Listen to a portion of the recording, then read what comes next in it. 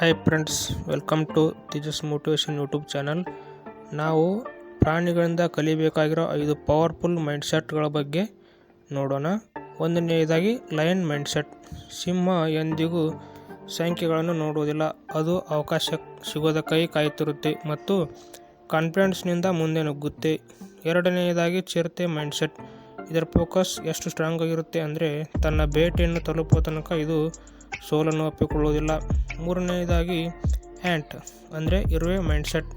ನೋಡುವುದಕ್ಕೆ ಚಿಕ್ಕದಾಗಿರುತ್ತೆ, ಮುಂದೆ ಸಾಗುತ್ತಾ ಇರುತ್ತದೆ, ನಿಲ್ಲುವುದಿಲ್ಲ, ಪ್ರತಿದಿನ ಏನನ್ನಾದರೂ ಮಾಡುತ್ತಾ ಇರುತ್ತದೆ. ನಾಲ್ಕನೇದಾಗಿ ಈಗಲ್ ಮೈಂಡ್ಸೆಟ್. ತುಂಬ ಹೈ ಥಿಂಕ್ ಮಾಡುತ್ತೆ, ಏಕಾಂಗಿಯಾಗಿ ಹಾರಾಡುತ್ತೆ ಮತ್ತು ಡಿಸಿಷನ್ ಮೇಕಿಂಗ್ ಮಾಡುತ್ತೆ. ಇದಕ್ಕೆ ಜನ ಸಮೂಹದ ಅಗತ್ಯವಿರುವುದಿಲ್ಲ, ತನ್ನ ವಿಷನ್ನ ಮಿತಿ ಗಮನ ಹರಿಸುತ್ತದೆ. ಐದನೆಯದಾಗಿ ವುಲ್ಫ್ ಮೈಂಡ್ಸೆಟ್.